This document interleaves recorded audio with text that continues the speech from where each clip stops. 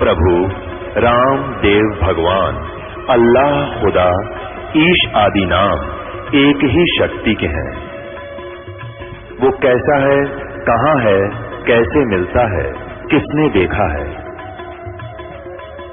ये प्रश्नवाचक चिन्ह पूर्ण रूप से हटाने के लिए अवश्य सुनिए जगत गुरु तत्वदर्शी संत रामपाल जी महाराज के अमृत वचन, सर्व पवित्र धर्मों के पवित्र शास्त्रों के आधार पर।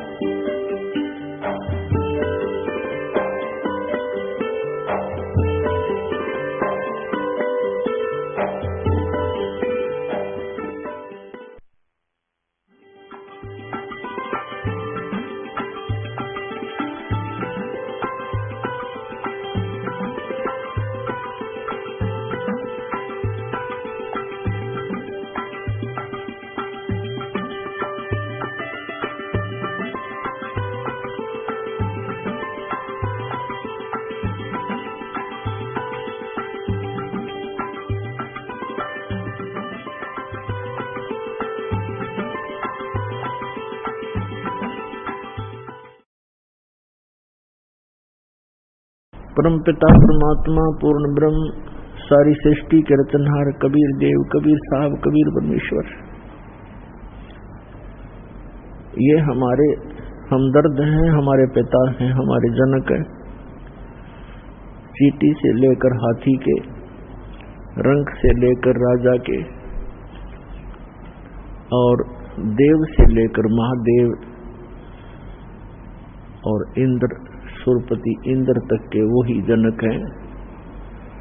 दुर्गा देवी और ज्योति निरंजन ब्रह्म सरपुरुष और अक्षर पुरुष के भी जनक वही हैं।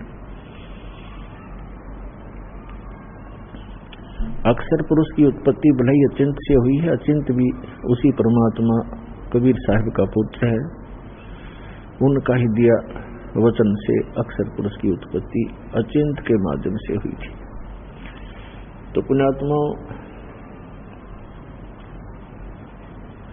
आप जिस लोक में रह रहे हो ये लोक ठीक नहीं, ये महागंदा स्थान है और यहां कोई ना रहा ना रहेगा। परमात्मा स्वयं आते हैं इस काल के जाल को समाप्त करने के लिए, अज्ञान हटाने के लिए, और हमें अपना निज स्थान बताने के लिए, जहां हम पहले रहा करते थे, जहां कोई दुख नहीं था। यहां काल भगवान ने हमारे को इस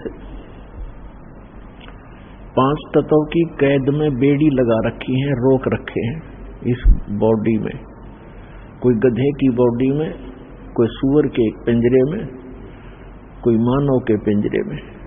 ये जीव इस शरीर रूपी पिंजरे में और 21 ब्रह्मांड रूपी कैद में रोक रखा है। यहाँ कोई सुखी नहीं है, यहाँ के प्रबंधक भी सुखी नहीं है, जो ब्रह्मा विष्णु महेश 3 व्यवस्थक बताए जाते हैं।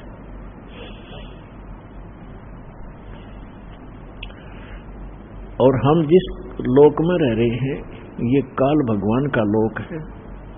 काल से अंडरस्टूड है कि वो क्या चीज है, क्या वस्तु है। ये काल नाम ही अपने आप को डिफाइन करता है। श्रीमद् भगवत गीता अध्याय नंबर 11 के श्लोक नंबर 32 में श्रीमद् भगवत गीता का ज्ञान देते समय यही काल श्री कृष्ण जी में प्रवेश करके बोल रहा है कि मैं काल हूं अर्जुन, और सभी को खाने के लिए अपरिवर्त हुआ हूं, सबका नाश करने के लिए। गीता अध्याय नंबर 11 के श्लोक 21 में अर्जुन कह रहा है कि हे भगवान, आप तो ऋषियों को भी खा रहे हो, आप तो सिद्धों को भी खा रहे हो, जो वेद मंत्रों से आपकी स्तुति भी कर रहे हैं, आप उनको भी नहीं बख्श रहे हो। कोई आपकी जाड़ों में लटक रहे हैं, कोई आपके मुंह में प्रवेश कर रहे हैं। तब इसने कहा कि मैं काल हूं भाई, मैं सबको खाने के लिए अपरिवर्त हुआ हूं। तो पुण्यात्माओं, श्री कृष्ण जी काल नहीं थे, उन्होंने पहले कभी अपने आप को काल नहीं कहा, उसके बाद कभी काल नहीं कहा। और ये कहना कि मैं अब प्रवृत्त हुआ हूं, श्री कृष्ण तो पहले वहां विद्यमान थे। इसका नाम काल है। परमात्मा ने आकर बताया है, जो सबके पिता हैं, सबके जनक हैं, कि इस काल को 1,00,000 मानव शरीरधारी प्राणी नित्य खाने पड़ते हैं। उसके लिए सब अपनी व्यवस्था करवा रहा है। अपने तीनों पुत्रों से रजगुण युक्त ब्रह्मा जी को कर रखा है, सतगुण युक्त विष्णु जी को और तमगुण युक्त श्री शिव जी को, शंकर जी को। इन तीनों से ही ये सब व्यवस्था अपनी करवा रहा है। ब्रह्मा जी से निकल रही तरंगों, उसके अंदर से निकल रही उस वासना से हम सभी जीव प्रभावित होते हैं और संतान उत्पत्ति करते ही करते हैं।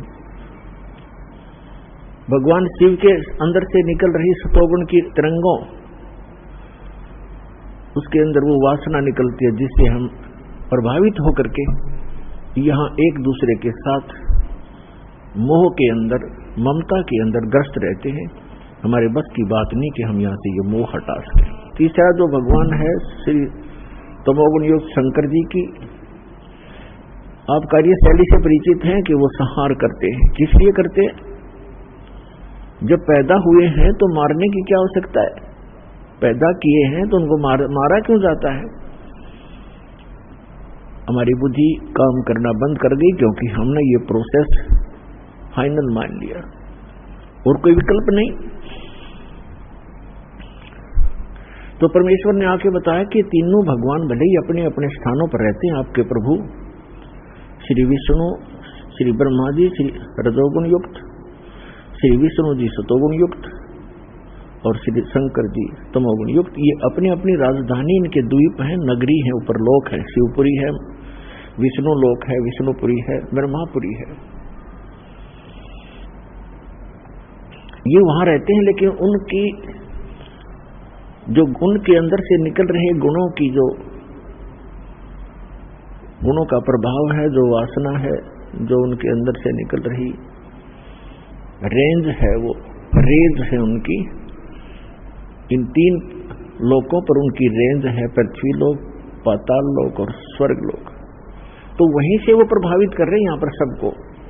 जैसे एक मकान के अंदर दूसरे कक्षों में व्यक्ति बैठे होते हैं और रसोई के अंदर मिर्चों का छौंक लगता है, तो अन्य कक्षों में बैठे हुए व्यक्ति भी प्रभावित होते हैं, जबकि वो स्थूल साकार वस्तु रसोई के अंदर है मिर्च, उसके गुण ने वहां प्रभावित किया और उनको छींकें आने लगी। उनके बस की बात नहीं कि उन छींकों को वो रोक सके किसी कीमत। ठीक इसी प्रकार ये तीनों काल के पुत्र श्री ब्रह्मा जी, श्री विष्णु जी, श्री शिव जी भले ही हमसे दूर बैठे हैं, उनके अंदर से निकल रही जो उनके महक है, उनके अंदर से जो गंध है, वो हमें यहां पर भी प्रभावित कर रही है, जिस कारण से हम संतान उत्पत्ति करते हैं। फिर मोह ममता, संपत्ति में मोह, माता पिता के अंदर ममता, बच्चों के अंदर हमारा राग, ये जीव के बस का नहीं। और मृत्यु हमारे बस नहीं, क्योंकि ये भगवान शिव का डिपार्टमेंट है, जो काल भगवान ने इनको सेवा दे रखी है। अब नौकर, जैसे कोई कसाई का नौकर है, अब वो नौकरों की क्या पार बसाएगी कि वो कहेगा जिसको कि इतने बकरे ला के इस बाड़े में मेरे इस स्टॉक में ला के छोड़ दे, वो लाएगा। और दूसरे नौकर की सेवा लगा रखी है कि इन सब बकरों को तू इनकी सेवा कर, इनको चरा, जल पिला, गर्मी सर्दी से बचा, यहाँ रख, पालन कर इनका, वो करेगा ही करेगा। और तीसरे नौकर की उसने ड्यूटी लगा रखी है कि तुम मुझे जितने आवश्यक हो निकाल के यहाँ ला, इनको काट और सप्लाई करो। तो उनके बस की बात नहीं है, वो कितने नेक व्यक्ति हों, वो तीनों नौकर, लेकिन वो अपनी ड्यूटी को करनी ही पड़ेगी। इसी प्रकार ये तीनों देवता इस काल कसाई के, काल भगवान के पुत्र और साथ में नौकर हैं, व्यवस्थक हैं, प्रबंधक हैं। और पुण्यात्माओं, इस काल भगवान को श्राप लगा हुआ है। 1 लाख मानव शरीरधारी प्राणी ये नित्य आहार करता है। परमेश्वर ने आके बताया हमारे को, जैसे परमेश्वर चारों युगों में आते हैं और जो ये सत्संग चल रहा है ये उसी उपलक्ष्य में है कि ये वो शुभ दिन है जिस दिन परमात्मा ने हमारे ऊपर दया करी। कलयुग के अंदर हम दुखी प्राणियों को, भ्रमित प्राणियों को आके सही दिशा देने के लिए वो परमात्मा अपने उस अच्छे लोक को छोड़कर हमारे लिए इस काल के लोक में आए, कसाई के बाड़े में आए, कसाई के लोक में आए और हमारे को यथार्थ ज्ञान देने की चेष्टा की। लेकिन हमने परमात्मा के उस ज्ञान को स्वीकार नहीं किया, क्योंकि हमारे धर्म गुरु काल से प्रभावित हैं, प्रेरित हैं। उन्होंने अज्ञान सुना हुआ है, सदग्रंथों को आधार बताते हैं और सदग्रंथों के विपरीत ज्ञान सुनाते रहे हमारे का। तो वो परमात्मा यहाँ आते रहते हैं और ये उसी उपलक्ष्य में समागम चल रहा है। सतगुरु आए दया करी, ऐसे दीन दयाल, बंदी छोड़ वृद्धतास कहा, जठरगनी प्रतिपाल। सतगुरु आए दया करी, परमात्मा सतगुरु रूप में आए, हमारे ऊपर मेहर करी। ऐसे दीन दयाल, हमने कैसी भयंकर गलती कर रखी है पुण्यात्माओं, लेकिन ये दयालु गणे हैं। हम भरी थाली का ठोकर मार के आए हो आप, हम सभी नालायक हैं। वहां में सर्व सुख प्राप्त थे सतलोक में, आपको सर्व सुख सुविधाएं थी, विमान था प्रत्येक का अलग अलग, वहां पर हर प्रकार की सुविधाएं थी। सदाबहार वृक्ष हैं, झरने बह रहे हैं, कोई गर्मी और सर्दी नहीं है, सुंदर शरीर, युवा शरीर रहता है, गर्मी सर्दी मच्छर माखी कुछ नहीं, किसी चीज का अभाव नहीं, कोई दुर्घटना नहीं। हम उस स्वच्छ लोक ने, ऐसे सत्य लोक ने, सच्चे लोक को, सर्व सुख संपन्न लोक को छोड़कर इस काल के साथ हम धक्के खाने आ गए और आज हमारी क्या दुर्गति कर रखी है। कोई जीव सुखी नहीं, तो यहाँ प्रधानमंत्री बड़ा बैठा हो, सारा हर समय उसकी चिंता खत्म नहीं होती, टेंशन ग्रस्त रहता है। तो खा का ये जीवन कहाँ जी रहे, हम कहाँ रह रहे हैं। सतगुरु आए दया करी, ऐसे दीन दयाल, और बंदी छोड़ वृद्धतास का, जठरग्नि प्रतिपाल। बंदी छोड़ माने इस काल के की बंद से हम बंदी हैं, कैदी हैं, काल के कैदी हैं, और हम कर्मानुसार अपने दुख या भोग रहे हैं, क्योंकि कैद में किए हुए कर्म का ही दंड भोग रहा होता है। तो समर्थ आकर के हमें काल के जाल से छुड़वाकर सतलोक ले जाते हैं, अमरलोक ले जाते हैं। इसलिए वो बंदी छोड़ खाते हैं। अमर करूं सतलोक पठाऊं, ताते बंदी छोड़ कहाऊं। कहते हैं अमर करूं, सदा के लिए ऐसे स्थान पर भेज दूंगा तुम्हें जहां आपकी कभी मृत्यु नहीं होगी। गीता अध्याय नंबर 15 के श्लोक नंबर 1 से 4 में प्रमाण है कि उल्टा लटका हुआ पीपल संसार रूपी वृक्ष समझो, इसके ऊपर को मूल है, नीचे को तीनों गुण रजगुण ब्रह्मा सगुण विष्णु रूपी शाखाएं हैं। और जो संत इसके सभी विभाग बता देता है अलग अलग करके, स वेदविद, वो वेद के तात्पर्य को जानने वाला है, वो तत्वदर्शी संत है। और ये भूमिका परमात्मा ही कर सकता है तत्वदर्शी संत की, और कर नहीं सकते। तत्व का अर्थ है पूर्ण रूप से सत्य ज्ञान आधार से जो ज्ञान प्रचार करता है वो तत्वदर्शी होता है। यहाँ के ब्रह्मा जी को मालूम नहीं, कहता है मैं पता नहीं कहां से उत्पन्न हो गया और कौन मेरे जनक हैं। तो ब्रह्मा जी से ही ज्ञान आगे सबको प्राप्त है, इंक्लूडिंग विष्णु और शिव जी तक, उसी से ज्ञान प्राप्त है। तो उसके बाद कितने ऋषि महर्षि अपनी चतुरता दिखाते रहे, वो तत्वदर्शी कैसे हो सकते हैं? वो परमात्मा की एक प्रश्न का उत्तर नहीं दे पाए आज तक। सतयुग से लेकर कलयुग तक परमात्मा चारों युगों में आते रहे और यहाँ ज्ञान प्रचार करते रहे। प्रश्न किया करते हमारे धर्मगुरुओं से कि कौन ब्रह्मा का पिता है, कौन विष्णु की माँ और शंकर का दादा कौन है, हमको पंडित जी दो बता। ये ज्ञान का उत्तर ना देकर के उनके साथ झगड़ा ठाना करते थे। और इनको अजर अमर अविनाशी, इनका कोई जनक नहीं, सर्वेश्वर है, महेश्वर है, कालज्य है, मृत्युंजय है, ऐसे कहकर ये हमें भ्रमित किया करते थे। तो परमात्मा हमारे को यहां से काल के जाल से निकालने के लिए आते हैं। कहते अमर करूं सतलोक पठाऊं, ताते बंदी छोड़ कहां।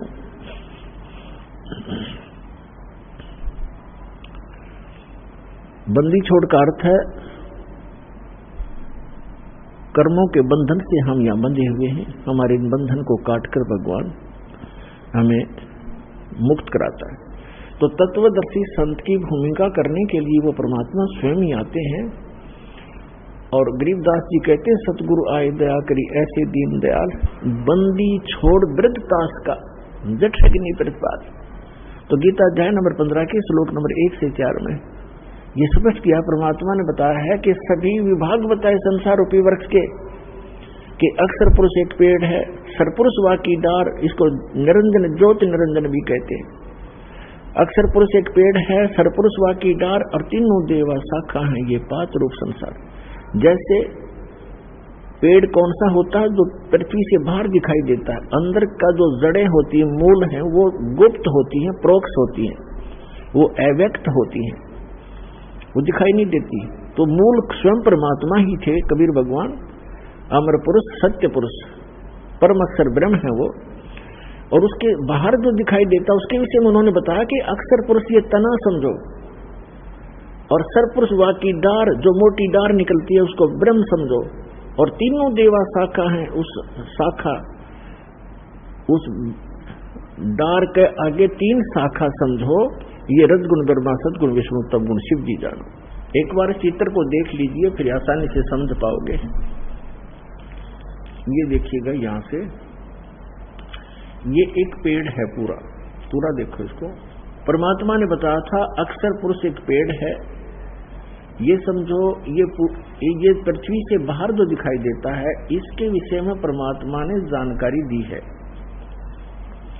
कि अक्षर पुरुष ये तना जो है ये तो अक्षर पुरुष है, और सरपुरुष वाकी डार और तीनों देवा शाखा है, ये हम यहाँ हैं, ये 5 रूप संसार।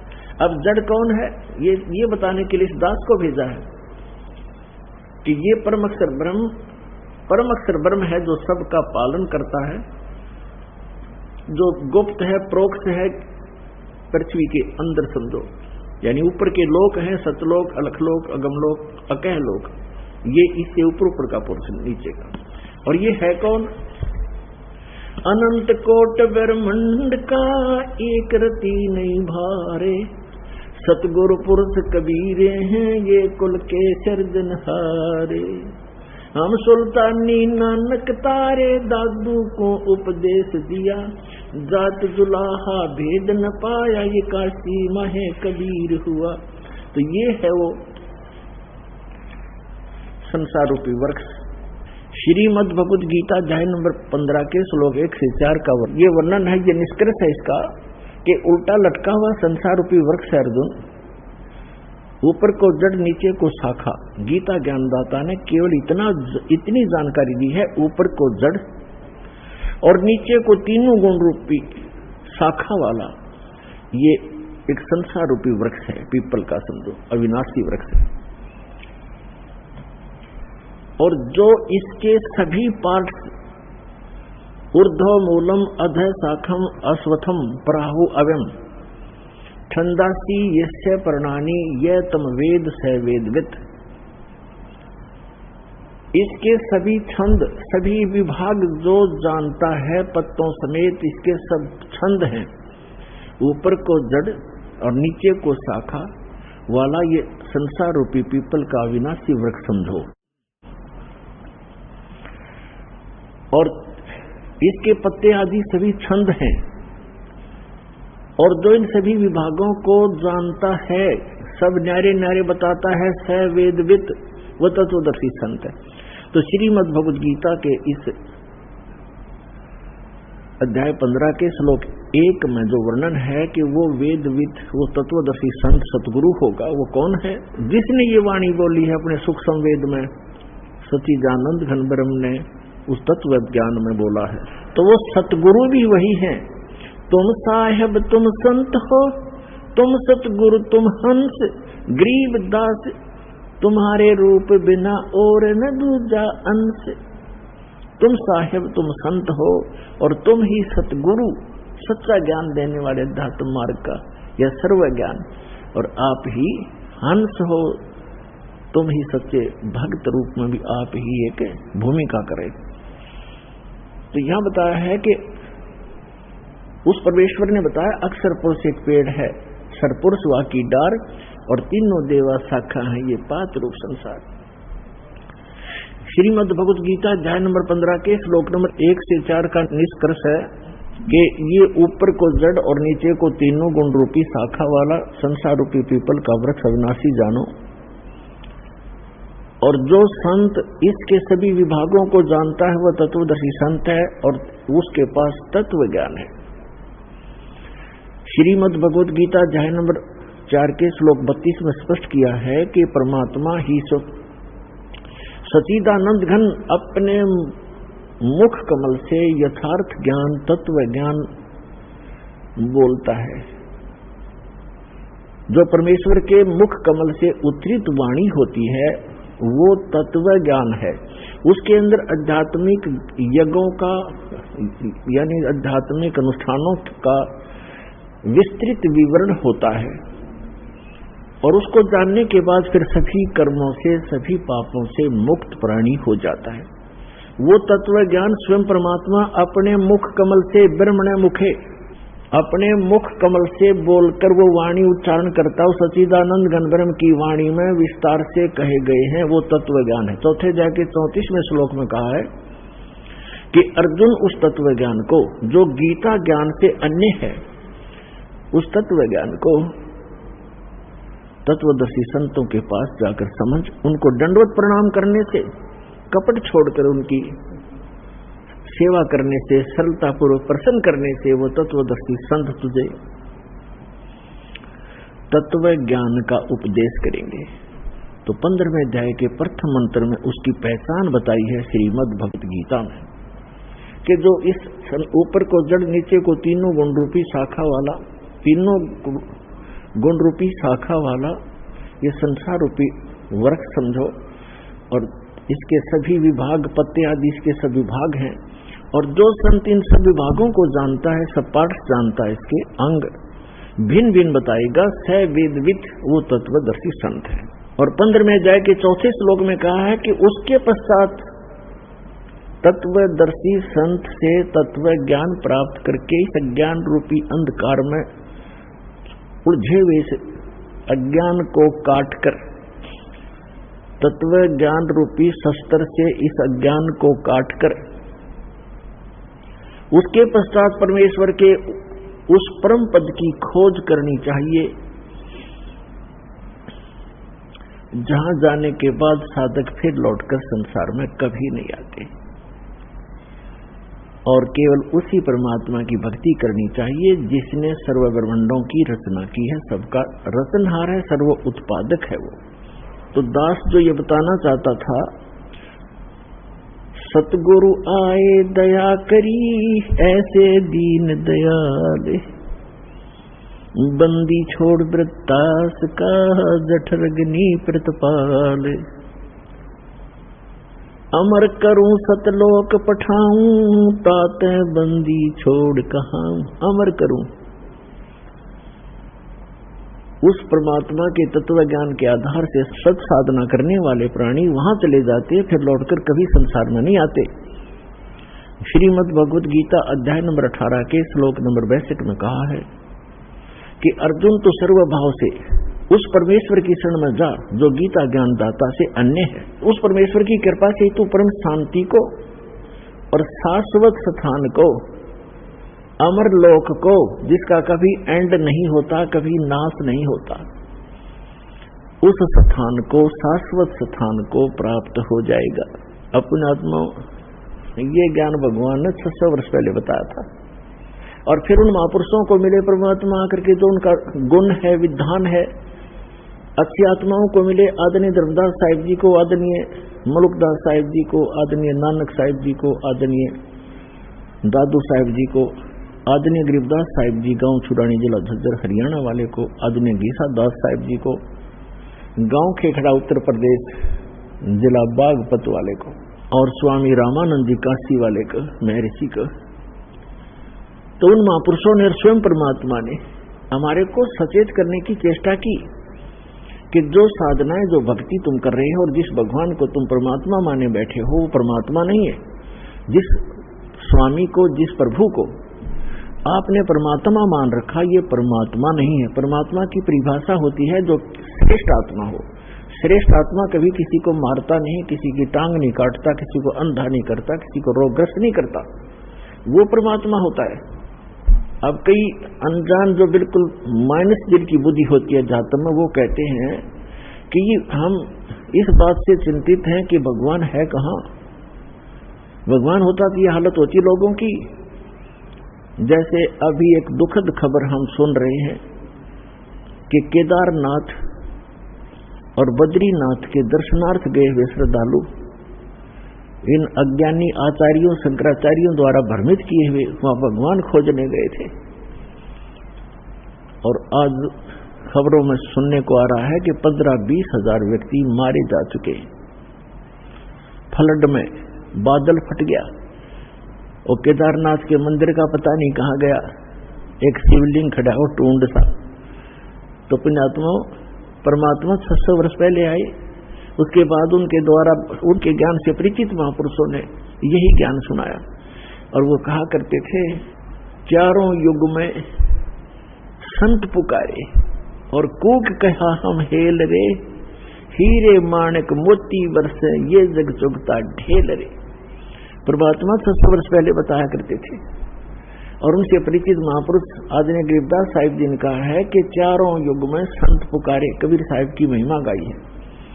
और कोक कहा हम हेल रे, हमने रुक के मार मार के, आवाज लगा लगा के, शोर मचा मचा के बता दिया कि हम तत्व ज्ञान और सत साधना रूपी हीरे मोतियों की वर्षा कर रहे हैं। आप इनको नहीं उठा रहे हो, ग्रहण नहीं कर रहे हो, और आन उपासना रूपी इन भ्रमित किए हुए आचार्यों और शंकराचार्यों, ऋषियों, महर्षियों, मंडलेश्वरों के द्वारा भ्रमित किए हुए आप बहुमूल्य वस्तु को छोड़कर कंकर पत्थर इकट्ठे कर रहे हो। ये आन उपासना, इन तीर्थों पर जाके मत्था टेकना, वहां दर्शनार्थ जाना, कल्याण की इच्छा करना, ये तो आपकी भूल है, बाल बुद्धि है। परमात्मा कहते हमरा ज्ञान किन्हें ना सुनिया, और ये पर भी लेन जात है दुनिया। पुण्यात्माओं, हमें बड़ा दुख है कि हमारे भाई बहन वहां किसी गंदी मौत मरे केदारनाथ की इस दुर्घटना में। कलेजा मुंह को आता है। हमारी ही दशा ऐसी हो रही है उनकी इस दीनता को देखकर। कोई भूखा मर के अचानक बैठे हैं धर्मशाला की, धर्मशालाएं बह गई है। कोई सो रहा था, कोई भगवान के गुण गा रहा था, आज उनका पता नहीं कहां चले गए। तो पुण्यात्माओं, जिनके वो सदस्य मरे होंगे उनकी क्या हालत होगी। तो कैसा है ये लोग। यहां संतों ने, महापुरुषों ने बताया है, नानक साहिब जी कहते ना जाने काल की कर डारे, और किस विध ढल जा पासावे, और जिनाते सरते मौत खुड़क दी उन्हानु केड़ा हासावे। तो पुण्यात्माओं, परमात्मा स्वयं आकर के हमें ज्ञान सुनाया करते थे। इन अज्ञानी गुरुओं ने काल प्रेरित होकर अपने स्वार्थवश हमारे तक यथार्थ ज्ञान भगवान का दिया हुआ आने नहीं दिया। और कबीर साहब को दुलाहा, एक धानक, एक निर्धन व्यक्ति, और फिर लास्ट में एक कवि, और ज्यादा किसी ने उपमा दी तो एक भक्त कहकर उनकी फाइल को क्लोज कर रखा था। उनकी हिस्ट्री बंद कर दी थी लाल को कूड़े के ढेर में डाल दिया था।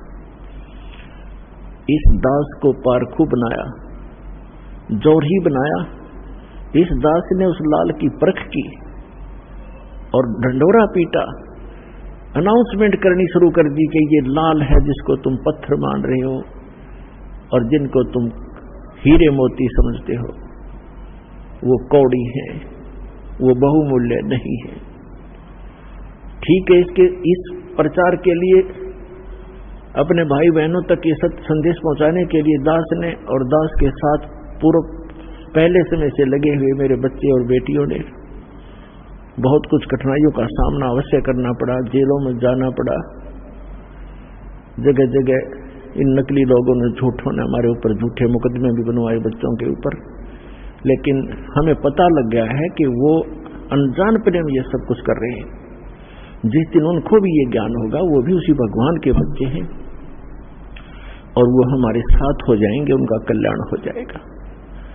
हमारा उद्देश्य किसी की भावनाओं को ठेस पहुंचाना नहीं, हमारा उद्देश्य उनको सही दिशा देना है कि जिससे आपका भी, आपके परिवार का भी और आपके जो इस गलत साधना करके चले गए, मृत्यु को प्राप्त आज प्रेत पितर बने हुए, उनका भी उद्धार हो जाएगा। इस साधना से जो दास बताता है। अब जैसे भावनाओं को ठेस पहुंचाने की बात जो ये मूर्ख लोग करते हैं, जो स्वार्थी करते हैं, जनता को भ्रमित करते हैं कि हमारी भावनाओं को ठेस पहुंचा दिया, इन मंदिर, मस्जिदों, गुरुद्वारों और चर्चों की पूजा को ठीक नहीं बताया, मंदिरों में जाने को गलत बताते हैं, भगवान की मूर्ति पूजना, मूर्ति की पूजा गलत बताते हैं, केदारनाथ, अमरनाथ, इन धामों और तीर्थों पर जाने को गलत बताते हैं। ये हमारी भावनाओं को ठेस पहुंचाते हैं। पुण्यात्माओं, भावनाओं को ठेस नहीं पहुंचाया जाता यदि किसी के पास यथार्थ ज्ञान है और उस ज्ञान के आधार से कोई ज्ञान बताता है। वो तो ऐसा है जैसे बच्चे होते हैं, छोटे छोटे बच्चे, अग्नि जल रही होती है, आग जल रही है और बच्चा उस अग्नि के बलते हुए उस जल रही उस भट्ठी की तरफ चलता है और उसको कोई देख लेता है, बुद्धिमान व्यक्ति, कि ये बच्चे अग्नि की भट्ठी की तरफ जा रहे हैं और ये जल जाएंगे। उनको जाकर वो उठा लेता है और वो जाना चाहते हैं, उसको अच्छी वस्तु समझ के पकड़ना चाहते हैं और उसको उठा लेता है तो वो रोता भी है और कहता है मुझे छोड़ दे, इधर ही जाने दे। उसकी भावनाओं को वहां ठेस पहुंचाना अनिवार्य था। यदि उस भावनाओं को ठेस नहीं पहुंचाया जाता तो जल के मर जाता वो बालक। तो दास का प्रयत्न यही समझो कि यदि आप इसको भावनाओं को ठेस समझते हो तो ये इस प्रकार की भावनाओं को ठेस पहुंचाना दास की मजबूरी होगी, क्योंकि दास इस मार्ग से परिचित हो चुका है और जहां तक पार बसाओगी आपको वहां नहीं जलने दूंगा उस आग के अंदर। अपने आत्मा परमात्मा आकर बताया करते थे कि जिन धामों की आप पूजा करने जाते हो, इन धामों की कुछ कम से कम तुम स्थापना देखो कैसे हुई है। इन तीर्थों की ये स्थापना कैसे हुई, और फिर ध्यान से सोचो, विचार करो। आज बालक नहीं हो, आप शिक्षित हो, उनके इतिहास, उनकी जीवनी हमारे पास उपलब्ध है, उनको पुनः विचार करके ग्रहण करो, उनको त्याग दो। देखो जितने भी तीर्थ हैं, धाम हैं और जितने भी ये पवित्र स्थल हैं, आदरणीय हैं, ये आदरणीय यादगारें हैं, लेकिन वहां जाने से मोक्ष नहीं हो सकता। आपको बहुत बार बताया है, परमात्मा भी आकर स्वयं बताया करते थे और कहा करते थे कि इन धामों पर जाने से आपका मोक्ष नहीं, उल्टा पाप और जीवन पाप प्राप्त और जीवन नाशी आपका होता है। आपको एक झलक दिखाते हैं ये तीर्थ कैसे बने जहां हम पूजने जाते हैं। देखिएगा एक पुस्तक, ये पुस्तक है हिमालय तीर्थ, ये पुस्तक है हिमालय तीर्थ और ये हमारे शंकराचार्यों द्वारा दिए गए ज्ञान है, दिया गया ज्ञान है। ये है जेपी नबूरी, इसका प्रकाशक है। ये देखिएगा, हिमालय तीर्थ जेपी नबूरी, उप मुख्य कार्यकारी श्री बद्रीनाथ केदारनाथ मंदिर समिति, ट्रैक्स एंड टूर्स कलकत्ता, और ये यहां से छपे हैं। अब हम इसके आपको ये देखिएगा, उत्तराखंड के पंच केदार, ये पृष्ठ नंबर 17 है, यहां से हम प्रारंभ कर रहे हैं। ये 18 पृष्ठ है, यहां से हम ये 17 पृष्ठ है। उत्तराखंड के पंच केदार श्री केदारनाथ भारत के उत्तर नागाधिराज की सुरम्य उत्पत्तिका में स्थित केदार क्षेत्र प्राचीन काल से मानव मात्र के लिए पावन मोक्षदायक रहा है। इस क्षेत्र की प्राचीन एवं पौराणिक महत्व के संबंध में स्वयं भगवान शंकर ने स्कंद पुराण में माता पार्वती के प्रश्न का उत्तर अपने श्रीमुख से निम्न प्रकार दिया है। ठीक है। हे प्राणेश्वरी, यह क्षेत्र उतना ही प्राचीन है जितना कि मैं हूँ। मैंने इसी स्थान पर सृष्टि की रचना के लिए ब्रह्मा के रूप में परब्रह्म तत्व प्राप्त करके सृष्टि निर्माण का शुभारंभ किया। तभी से स्थान मेरा चिर प्रिय समान है।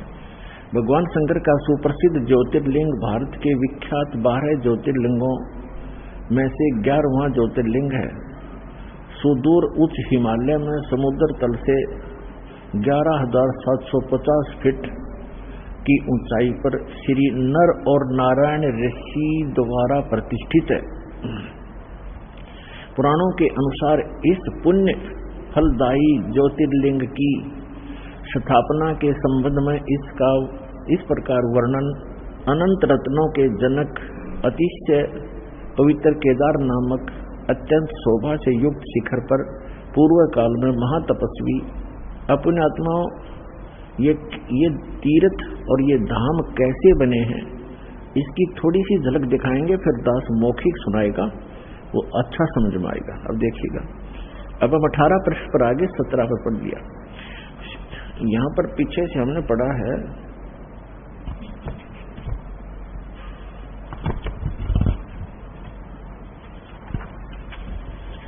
यहां से फिर पढ़े,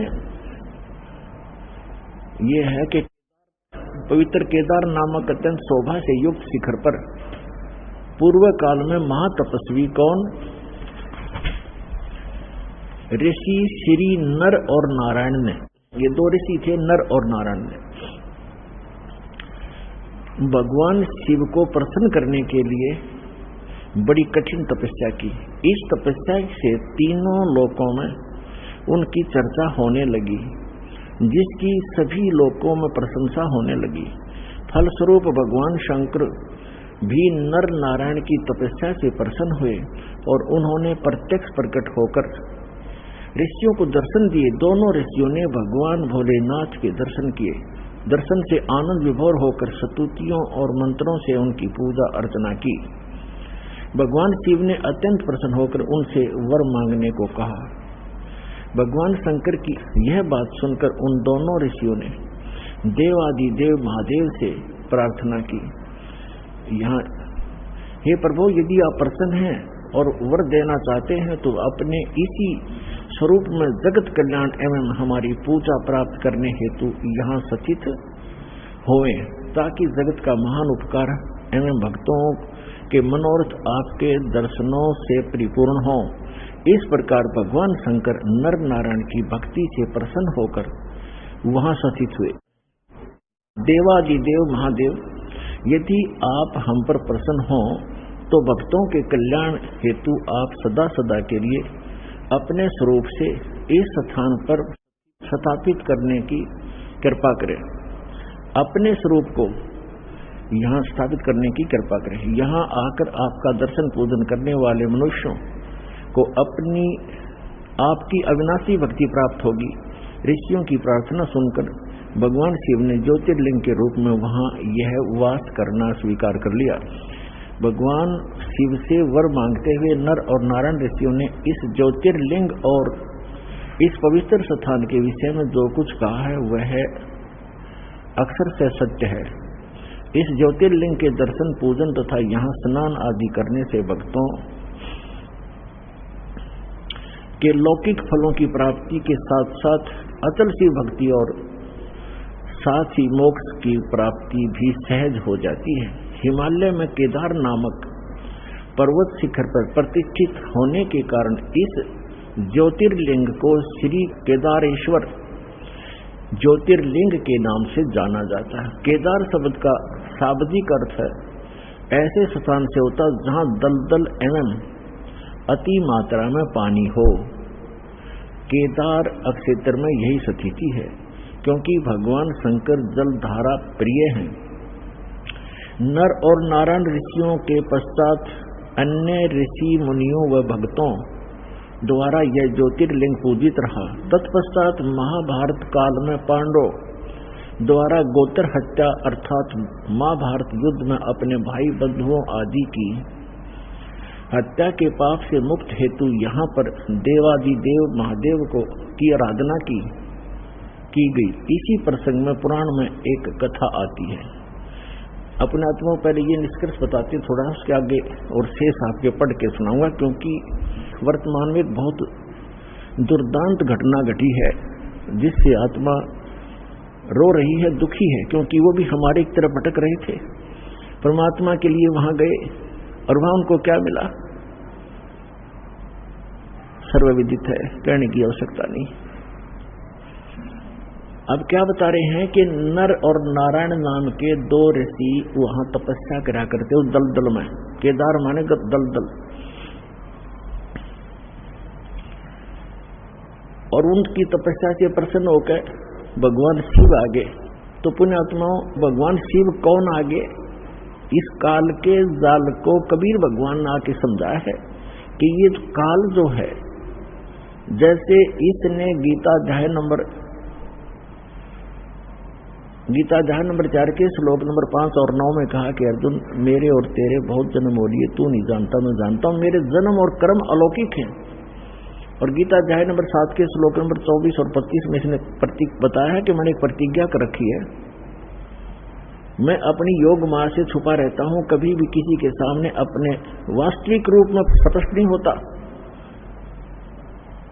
मैं कभी किसी के सामने अपने वास्तविक रूप में नहीं आता। तो ये क्या करता है, जैसे कोई ऋषि साधना करता है, उसको किसी को विष्णु रूप में दर्शन दे देता है अपने पुत्र विष्णु के रूप में, तो वो ऋषि विष्णु का उपासक बन जाता है, उसी का अनाउंसमेंट करने लग जाता है, उसी का ज्ञान प्रचार करता है कि सर्वेश्वर है, महेश्वर है, सबकी स्थिति पालन और संहार करने वाला यही है।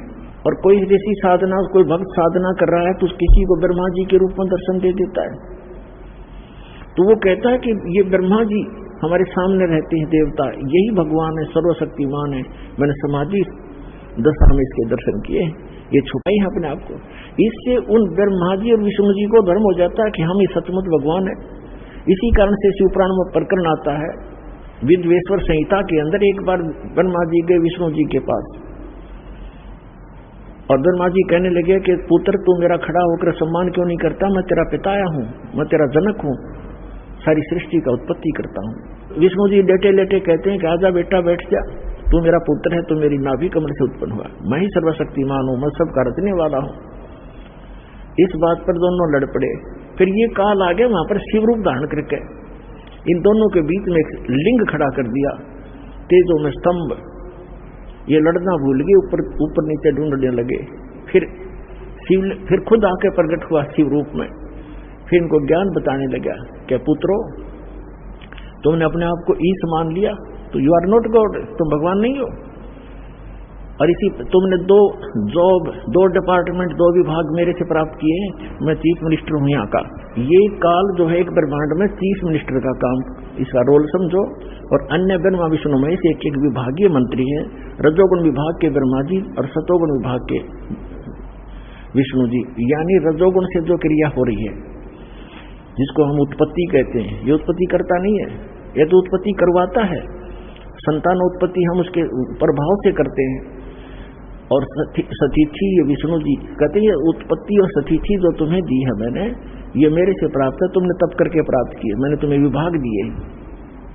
इसी प्रकार रुद्र शिव को भी, शंकर को भी मैंने अलग से, महादेव महेश्वर को भी मैंने 2 कर्त दिए हैं, संहार और तिरोभाव।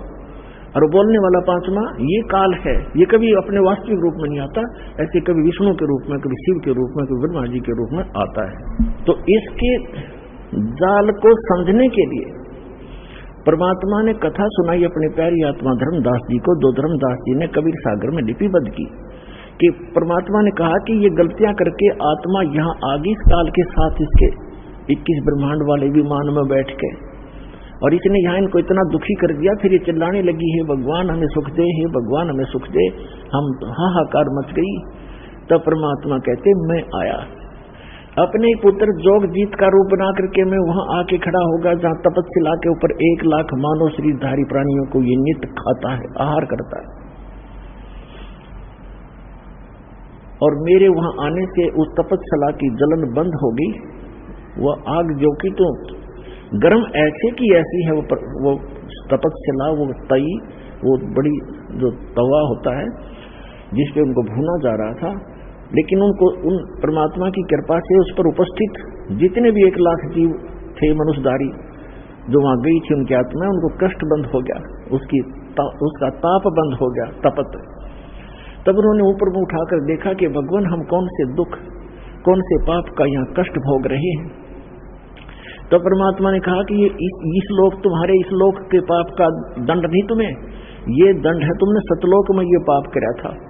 परमात्मा को छोड़कर तुम, परमात्मा अपने को छुपा कर कह रहे हैं कि तुम भगवान को छोड़कर वहां सर्व सुख संपन्न था, प्राप्त की, आपकी कभी मृत्यु नहीं होती थी, कोई कष्ट नहीं था, उसको छोड़कर तुम इस काल के लोक में आ गए। यहाँ पर आज जिस कार को, जिस कोठी को, जिस बंगले को, जिस बेटा और बेटी को आप अपना मानते थे, क्या तुम्हारे साथ आया कोई? अपने आत्मा वहां तो सारी समझ में आ जाती है कि हाँ कुछ नहीं आया थी।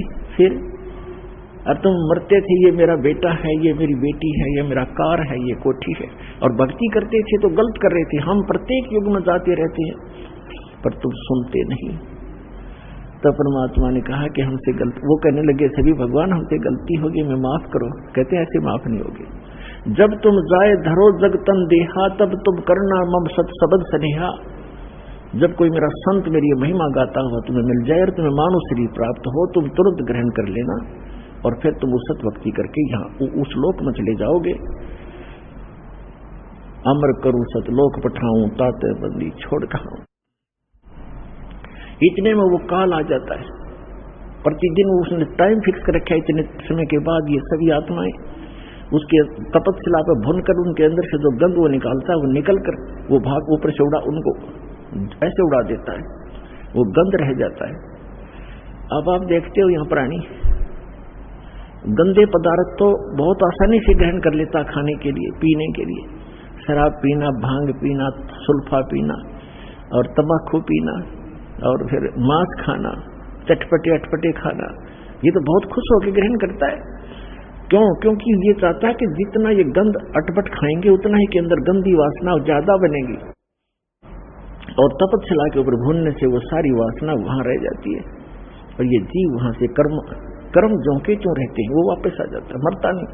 फिर अपने कर्मानुसार 84 लाख योनियों में किसी भी स्वरूप उसके कर्मानुसार वो जाए, उस योनि में वो चला जाता है। तो उसी समय वो काल आ जाता है और काल ने देखा अपने बड़े भाई जोगजीत को, जिसने वहां से जिस रूप में परमात्मा ने सतलोक से उसको निकाला था। जिन्होंने सृष्टि रचना पढ़ रखी है बच्चों, उनको खूब याद है। अब दास ज्यादा हिंट देगा आज के सत्संग में। सृष्टि रचना कभी आपको बताएंगे और आपको सीडी वगैरह बनाकर भी दे रखी है, वो भी देख सकते हैं। और उसने सोचा, काल ने, इस ज्योत स्वरूपी निरंजन सरपुरुष ने के मन में आई कि जोगजीत कैसे आ गया, ये कोई परम पिता का कोई संदेश लेकर आया है, पहले इसे वो संदेश जानता हूं, क्या आज्ञा लेकर आया है ये भगवान की, और फिर आज इसको कूटूंगा, पिटाई करूंगा इसकी, इसको मारूंगा, खूब कूटूंगा, क्योंकि इसने मुझे वहां से मार कर निकाला था, मुझे जबरदस्ती निकाला था सतलोक से। तो मुझे परमात्मा बताते हैं कि धर्मदास, मुझे देखकर काल भयंकर हो गया, और पहले मुझसे कहा कि पहले जोगजीत कोई आज्ञा है भगवान की, परमात्मा की, पिता की, वह मुझे बता, और फिर जोगजीत तुझे छोड़ू नहीं गा, तूने मुझे वह मार कर निकाला था। तब परमेश्वर जो जोगजीत रूप में वहां उपस्थित थे, विराजमान थे, खड़े थे, विद्वान थे, परमेश्वर ने कहा धर्मदास, मैंने उनसे कहा, परमात्मा बता रहे हैं, धर्मदास जी लिख रहे हैं कि मैंने उससे कहा कि सुन ले आदेश परमपिता का कि ये भोली आत्मा तेरे साथ आ गई थी, इन्होंने तो गलती की सो की, पर तूने इनका कैसा सांग निकाल रखा है, कैसे कैर ढा रहा है इनके ऊपर, तू कोई गधा बना दिया, कोई गधी बनाई, कोई कुत्ता, कोई कुतिया, किसी का बेटा मर गया, किसी की बेटी मार रहा है, हाहाकार मचा रखी। तो इसने कहा कि पिताजी ने मुझे श्राप दिया था, और जिस श्राप अनुसार मुझे भूख लगती है तो मैं तो इनको खाऊंगा, बनाऊंगा, पैदा भी करूंगा। परमात्मा ने कहा कि चल इन्हें गलती कर दी, तो खा भी रहा है, सारे काम कर रहा है, फिर इनके किसी का हाथ काटे, किसी की टांग कटे, कोई अंधा, कोई कैंसर से पीड़ित, ये जुल्म क्यों कर रहा था इनके ऊपर। तो इसने कहा कि मैं तो सत्य का राज करता हूं, मैंने परमात्मा को वचन दे रखे हैं, और जैसे कर्म जो करेगा वैसे भोगेगा, मुझे इसमें कोई लेना देना नहीं है। पुण्यात्माओं, यहाँ की इस सारी व्यवस्था ऐसी है इस काल के लोक में।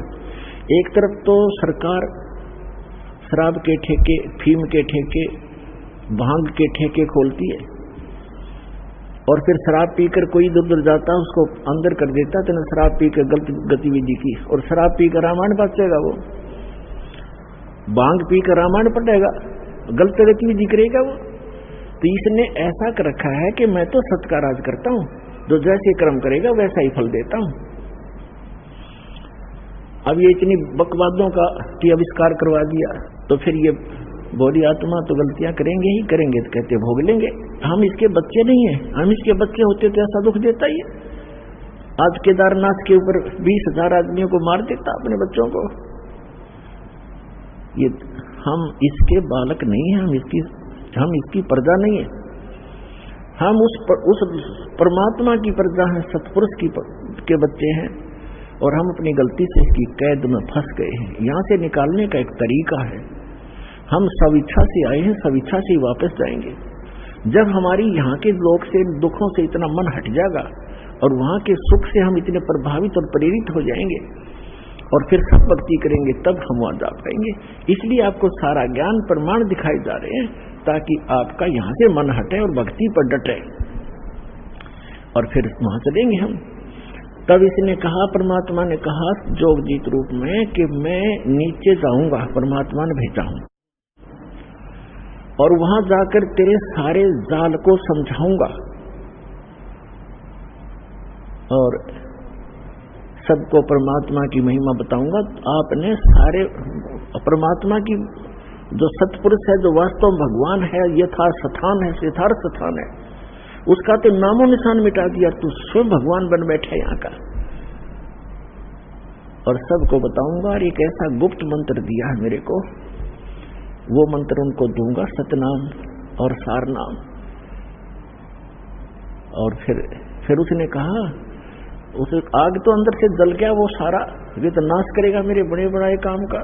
फिर उसने कहा, काल ने कहा कि एक काम करना। हाँ, और जब उसने ये बात सुनी तो एकदम भयंकर होगा, कहने लगा तू मेरा बाग उजाड़ने जा रहा है, तू मेरा नाश करने जा रहा है, तुझे अभी खत्म कर दूंगा, तुझे जाके दिखाना नीचे।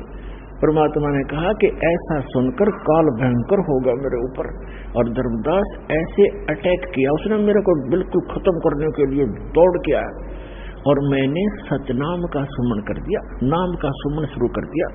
इस नाम के अंदर धर्मदास ऐसी प्रबल शक्ति है, इसके सामने कोई भी देव, कोई यक्ष, कोई भी यहाँ का काल तक भी नहीं ठहर सकता। मेरे पास ऐसा मंत्र है। पुण्यात्माओं, ये परमात्मा धर्मदास जी के माध्यम से, और धर्मदास जी को तथा हम सभी को सतर्क करना चाहते हैं कि कभी भी आपके ऊपर कोई भी आपदा आती है किसी भी प्रकार की, तो नाम का सिमरन अवश्य करना कुछ देर। फिर जो टेंशन है वो है, लेकिन समन एक बार कर लेना, आप देखना फिर उसका प्रतिफल कैसा होगा। तो कहते हैं मैंने समन शुरू किया, और काल ऐसे गिर गया जमीन के ऊपर,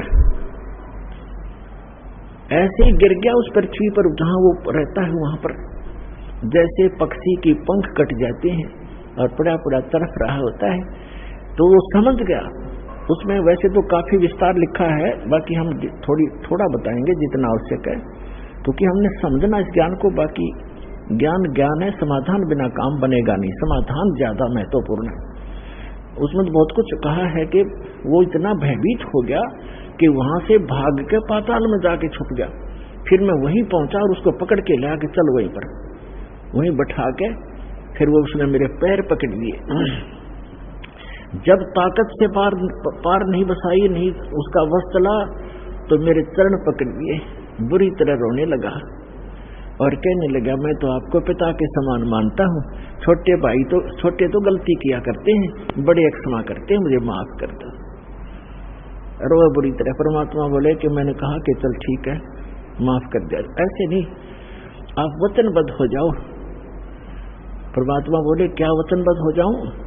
कि एक दया करना कि 3 युगों में जीव थोड़े ले जाना, सतयुग त्रेता द्वापर माही, 3 युग जीव थोड़े जाए, 4था युग जब कलयुग आवे, तब शरण जीव हो जावे, जीव बहु जावे, ऐसा वचन हर मोय दीजिए, तब संसार गवन तो कीजिए। और भी 1-2 प्रश्न थे, प्रार्थना थी, वो कही तो परमात्मा ने कहा चलो तथास्तु, जो तूने मांगा मैंने बख्श दिया। 3 युगों में जीव कम ले जाऊंगा और 4थे युग कलयुग में मैं खूब तूफान मचाऊंगा अपने बच्चों को निकालने के लिए, तो बाधा मत करना फिर।